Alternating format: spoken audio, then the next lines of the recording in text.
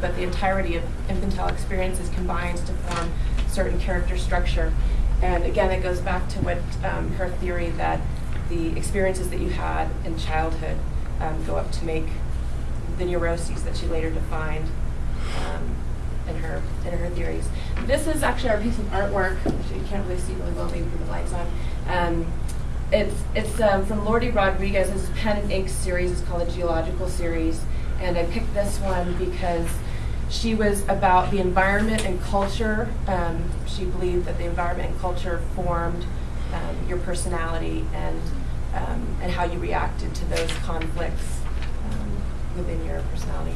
Just some details. She was born in 1885 in Germany. She died in New York. She immigrated during Nazi Germany and was a psychoanalyst in Berlin and in Germany before. Oh, see, my typo didn't get clicked in. Oh. Sorry, I edited this in several places. I'm new at this. So anyways, she's pioneer of feminist psychology. She's a psychoanalyst. She was invited by a friend. She joined the Psychoanalytic Institute in Chicago and then went to New York. Again, some of the things we touched on with her childhood. She grew up as the second child in a second marriage for her father, and her father was a sea captain that was away a lot, and when he came back, he was just this overbearing. His kids hated him, absolutely hated him. Abusive person. But during the time when he was away, her mother and brother kind of formed a little triad of kind of security and safety and happiness. This guy named Bernard Paris wrote a book, which I wasn't able to order. It was going to take 2 weeks to come. But there was some reference that she actually had an affair with her brother, who was 4 years older. They got very close, and then all of a sudden he said that there was a break in the affection, so there was some kind of intimacy going on with her brother. And we touched on her professional life. She trained with Carl Abram, who was a close associate of Freud, and they were psychoanalyzing each other, basically. Abram was the only psychoanalyst in Germany and for like 4 years during that time, and they just practiced on each other. And this is the part of what's on those sheets that Lisa passed out to you, the consequences of neurotic household, and this is the basis for her, for the term she coined, neuroses or neurotic. And she talked about the balance that we all have in our personalities of these three types, and then the neuroses, how they can get amplified if you move just towards one in a type or one type specifically. The compliant type, which she likened to a female type, moving towards people, feminine qualities. The aggressive type, which she likened to male, and the detached type, and kind of an androgyny. Whoops, again, sorry. And everybody, I think females and males to a certain extent, we all want people to like us. But think about those annoying people in your life that are like in your face wanting you to be with them, that you just kind of tend to push them away. And then I likened when you go against somebody, it's, they want to take control of you. They want to have power, almost to the point of being cruel. And then the last one is more like just a withdrawal. If I'm not with anybody, nobody can hurt me. So this is the normal neuroses are insufficient emotional nourishment, and these are the neurotic needs that they would be produced if that was your case during childhood.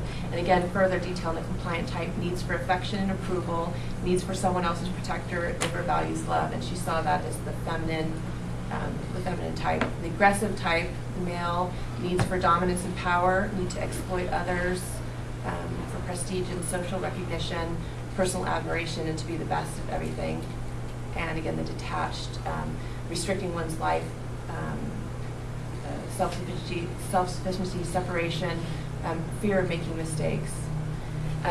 Now, to take it to the point where pathological abuse, so not just maybe an emotional neglect as a child or a connection that you missed that your parents weren't perhaps able to read, but actual, an abusive childhood would give you these would begin this cycle of the pathological neuroses, and she called it the vicious cycle of pathological neuroses. It starts with, first you have contempt for your real self, so you know who you are, but you self-hatred, and then what happens is you create this ideal self that you need to become, and you identify yourself as that mistakenly, and you have these unattainable, unrealistic standards to be that self. And because they're unrealistic and unattainable standards, you fail, and of course anything less than perfect is failure, and perhaps even attaining it is still failure, because that's not your real self. And then again, it brings you back to hating yourself. She had affair after affair. I mean, she was, according to all reports, pretty homely, but she had this very charismatic personality. She talked about having affairs with her students. And of course, you know, wouldn't you think a student, of course, is going to hook up with you because they want a good grade or whatever? I don't think she ever really saw it that way. But it was interesting because her affairs always went through idolization, and then there was experimentation, then it was disappointment because it didn't work out. Then from disappointment, she went through depression, and then she kind of went through the self-analysis. But all her relationships were like that. It sounded like till the very end, she never really had.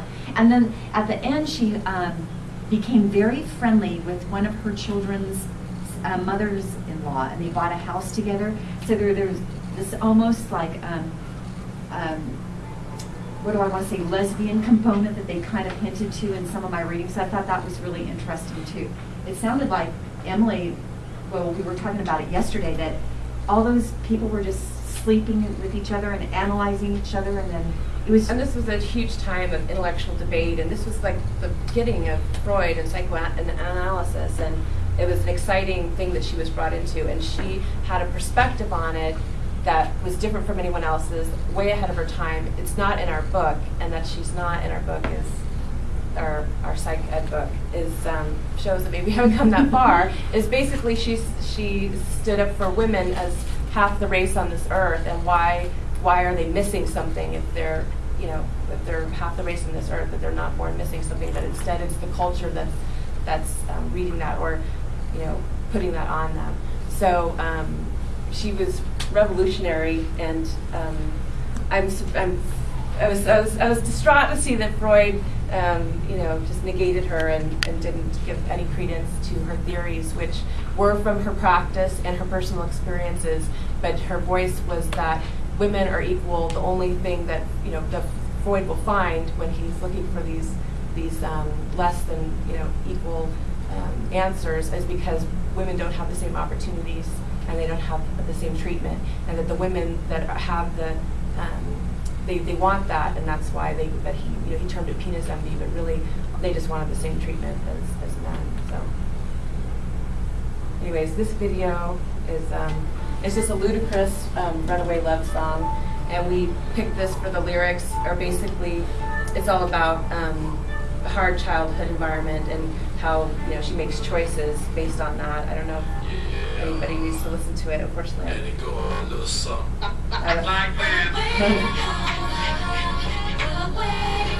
I don't think it really hear much, but anyways, that was another big feature, is the idea that she would psychoanalyze the actual current conflicts that the patient was experiencing, rather than just look for one answer that existed from birth biologically, like Freud suggested. So she was way ahead of her time, and an amazing woman to persevere basically in that kind of atmosphere. Is just amazing. And what was also interesting about her, because she said, if you will experience anxiety almost to the point of neurosis if you have an anxious or an anxiety-laden childhood. So I thought, okay, so here she is, I want to call it in our day and age, jet-setting around. Her 3 kids are being raised by nannies. And in fact, it said that her one child, she was living in the United States at the time, and she sent one child to Sweden because, Switzerland. She was like 8 or 9, and I can't remember what she had, but some kind of medical condition that could be treated there. And she was so afraid she'd be lonely, she sent her 5-year-old over by herself to join her sister. And I mean, I don't know, I don't like traveling by myself, and I'm way beyond 5 years of age, so I'm wondering what anxiety that might have created for somebody who's just 5 years old. But here she was kind of, she was very upset with her parents, mostly her father, for not providing her with that that protector and that nurturing kind of daddy